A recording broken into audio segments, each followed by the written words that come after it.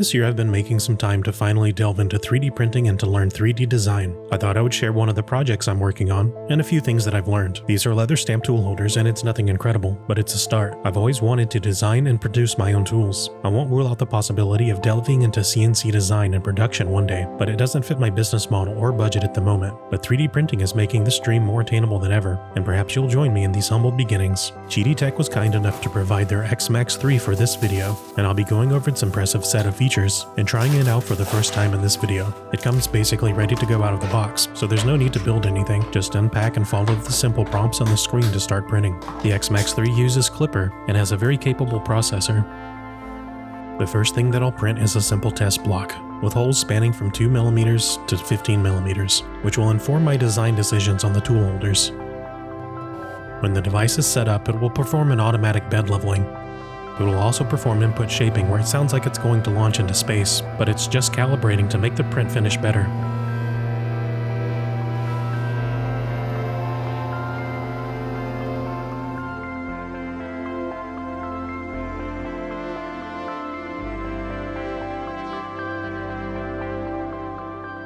Just a quick side note here, if you're into making things, we have a thriving arts and crafts community with many topics. We even have a 3D printing channel in our Discord. I'm a little late to the game, so I'd love to find more crafters who also have some 3D printing experience. Check the link in the description and join the conversation.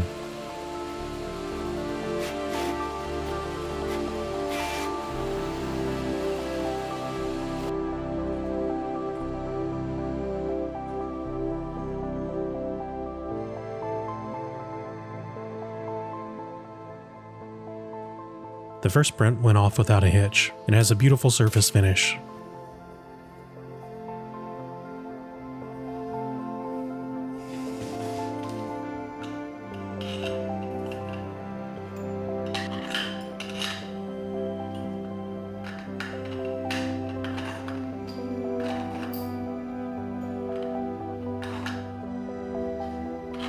I'll be providing the results of many of these efforts for free at our academy, but if you'd like to help support these efforts, I'll have some premium options available too.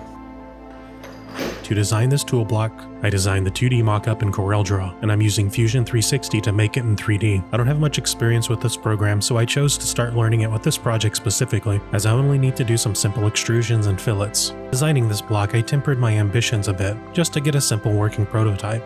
Something that is reminiscent of the typical wooden tool blocks, but at least has a little bit of flair. I'll be designing multiple sizes and variations of this, but I also have a lot of tools I want to make for myself and use in my own shop, and initially I'll be focusing on those things to better organize my shop and to make simple jigs, and just things that will help save time. And I assume that many of these tools that work for me will also work for many of you, but I'm also very open to suggestions. I'd love to hear your ideas and requests.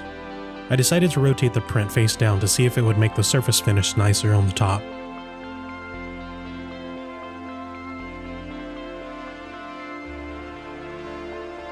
It will hold 102 typically sized leather stamps. The dimensions are 300mm wide by 150, or roughly 12 by 6 inches. The height 60mm, or roughly 2.5 inches.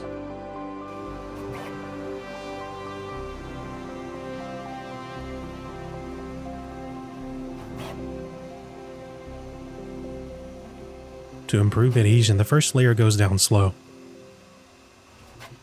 After that, things go a bit faster. The printing speed on the Max Plus 3 is 600mm per second, with 20,000mm per second squared acceleration.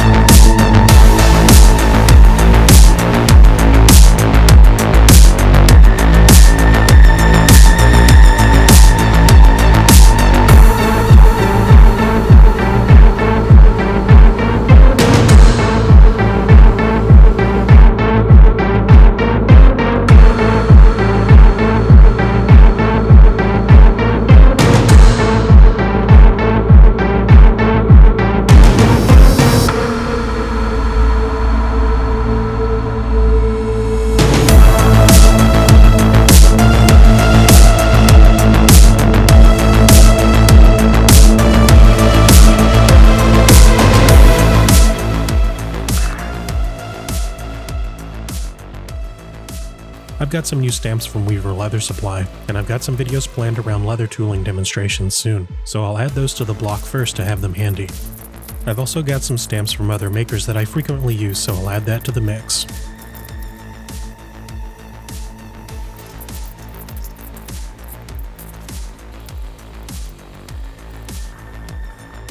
Next, I designed a variation of the tool holder to utilize the maximum capacity of the bed size, and this one holds 147 tools, and it will fill the full base plate of the X-Max 3, which is 325mm squared, but it will not fit the full height of 315mm. I'll have to figure out another build for that.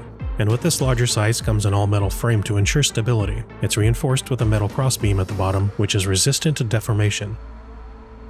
I got the print going and it was great at first, but this is where I ran into some trouble. I knew I didn't have enough filament to do the whole print, but I also knew this device had a runout sensor to pause the print and let me reload the spool when finished, but apparently I did not have the setting turned on, so about halfway through it ended up printing air all night. No big deal, I thought, so I put in a new spool and restarted the print, but the spool was from another brand and I kept having issues with bed adhesion. It would lift up around the edges and derail the whole print. Long story short, to solve the issue I got some of Cheaty's carbon fiber nylon filament. I replaced the hot end with a high temp nozzle, set the appropriate settings in the slicer, and restarted the print. You can of course use any filament you want in the printer, but when you use the brands on filament they have preset profiles which takes out all of the guesswork. To further ensure bed adhesion, I used some nanopolymer adhesive from Vision Minor, which is specifically designed for high temp printing. I probably used a little bit too much here, but I brushed on the adhesive thoroughly to the build plate and let it dry completely.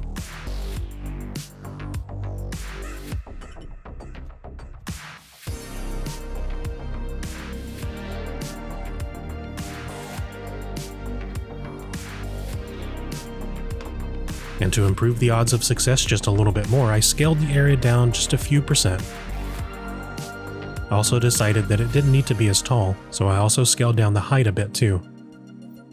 Around this time I also stumbled upon the variable layer height setting in the slicer. Apparently it's a common feature, but I wasn't aware of it, and it was just what I was looking for to increase the layer count on curved surfaces and decreasing the layer count on flat straight areas. This dropped hours and hours off the print time while improving the print quality.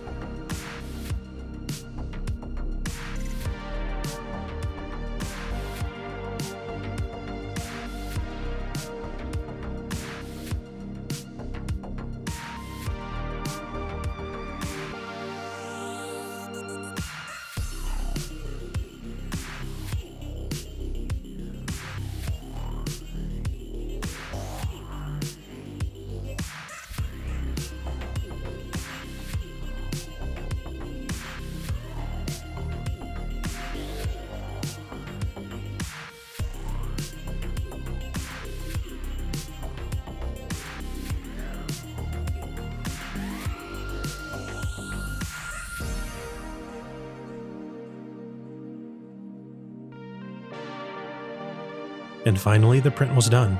Adhesion to the build plate was perfect, and from what I can tell it's very sturdy even though I used fairly light infill. It feels rock solid and very lightweight.